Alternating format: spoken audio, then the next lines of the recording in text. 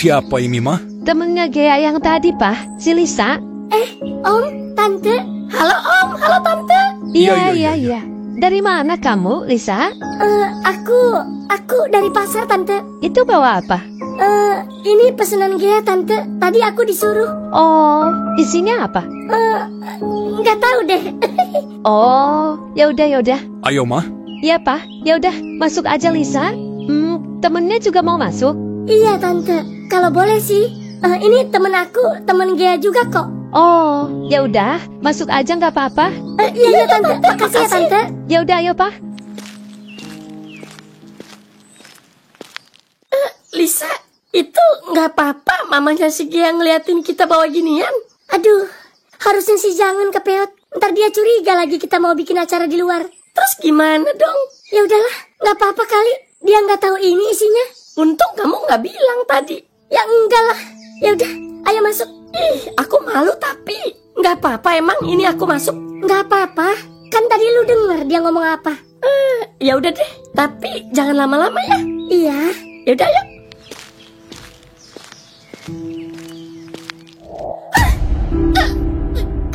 Gea, astagfirullah Gea.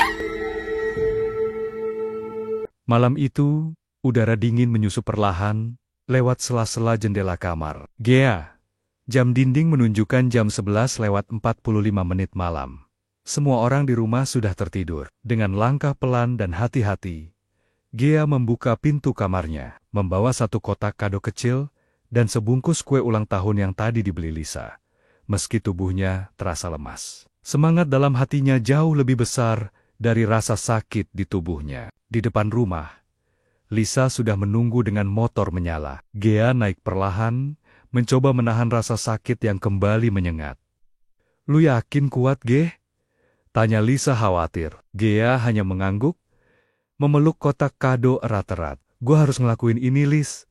Gua mau dia tahu semuanya malam ini." Sesampainya di rumah Kak Dot, suasana sepi, lampu teras menyala remang-remang. Lisa menekan bel pelan, lalu bersembunyi di samping rumah bersama Gea.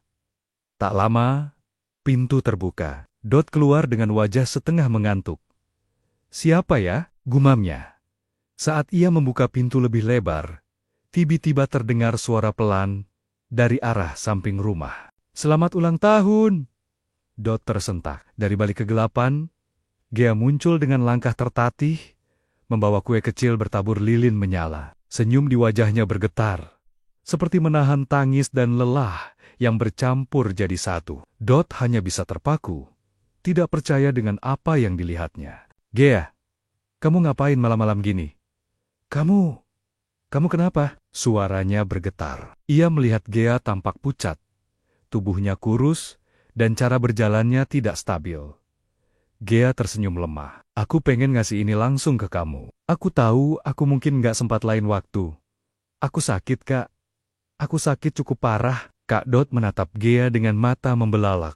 Tak bisa berkata-kata. Dalam hatinya berkecamuk antara bahagia karena dikejutkan dan hancur karena tahu Gea sedang dalam kondisi buruk. Gea mendekat, menyerahkan kue dan kotak kado kecil yang isinya adalah gelang rajutan buatan tangan sendiri. "Aku tahu ini nggak seberapa, tapi aku pengen kamu tahu. Aku sayang kamu, Kak, dari dulu."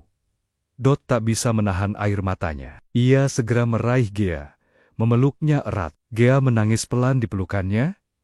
Akhirnya semua beban yang ia simpan terlepas malam itu. Lisa yang melihat dari kejauhan pun ikut meneteskan air mata. Ia tahu, meski tubuh Gea sakit, tapi hatinya telah merasakan kelegaan yang luar biasa. Dalam pelukan itu, tak ada kata-kata yang sempurna, hanya keheningan dan cinta yang akhirnya menemukan tempatnya. Setelah malam penuh kejutan itu, Kak Dot mengantar Gea pulang bersama Lisa.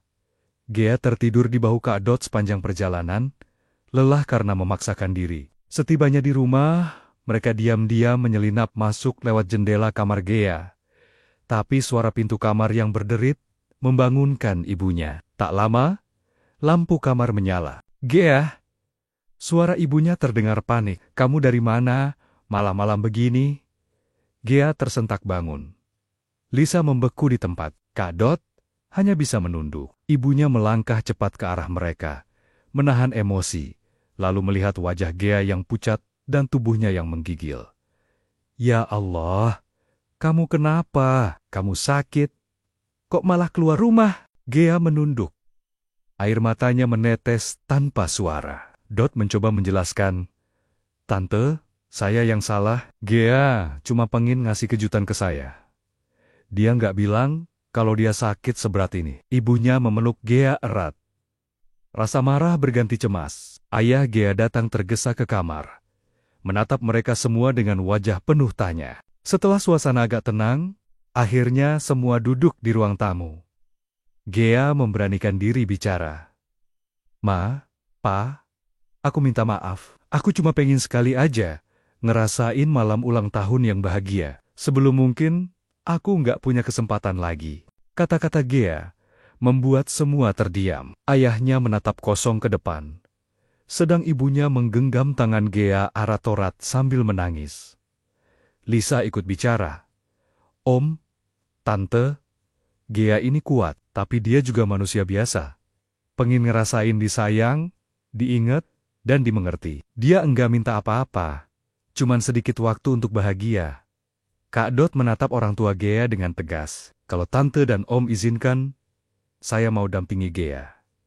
Apapun yang terjadi. Ayah Gea sempat ragu, tapi melihat ketulusan Dot, akhirnya ia mengangguk pelan. Kalau memang niat kamu tulus, jagalah anak kami baik-baik. Hari-hari setelah kejadian itu, banyak hal berubah. Gea mulai lebih terbuka dengan orang tuanya. Ia menjalani pengobatan lebih teratur. Lisa tetap menjadi sahabat setia, yang selalu menemani di ruang rawat, atau saat Gea mual karena obat. Kak Dot, yang dulu hanya jadi sosok yang dikagumi diam-diam, kini rutin datang menjenguk, membawa cerita-cerita lucu, kadang juga hanya duduk diam menemani. Meski penyakitnya belum sembuh, semangat Gea perlahan tumbuh kembali. Ia mulai menulis jurnal harian, berisi rasa syukur kecil setiap harinya. Suatu sore, Gea duduk di taman rumah sakit.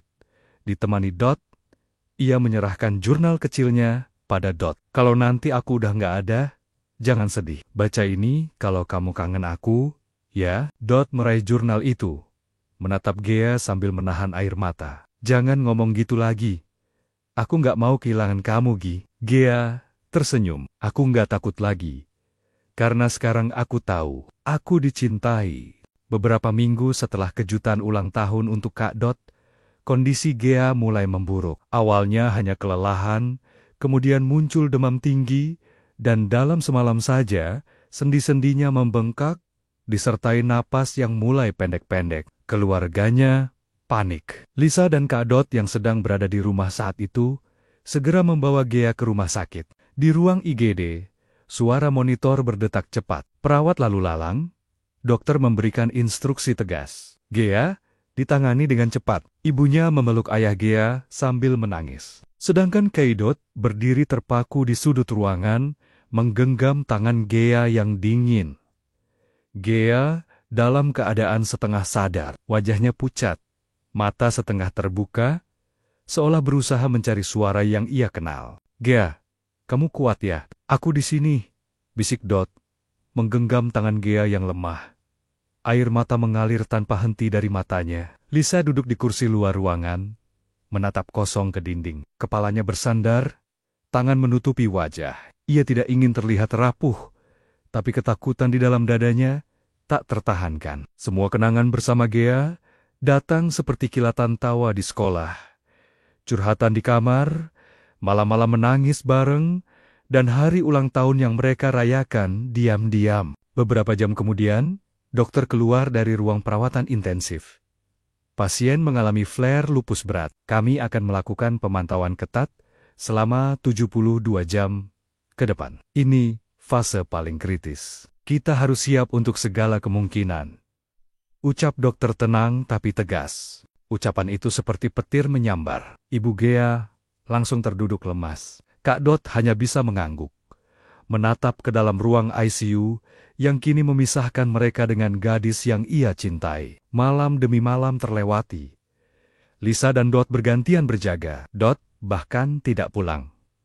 Ia memilih tidur di kursi tunggu rumah sakit. Setiap kali Gea menunjukkan sedikit tanda sadar, Dot langsung berdiri dan memanggil namanya, berharap Gea membuka mata penuh dan tersenyum seperti dulu. Suatu malam, ketika semua terlelap di ruang tunggu, Gea membuka matanya perlahan. Ia menatap lenggit-lenggit ruangan, kosong, lalu perlahan menoleh ke samping dan melihat Kak Dot tertidur dengan kepala bersandar di ranjangnya, masih menggenggam tangannya.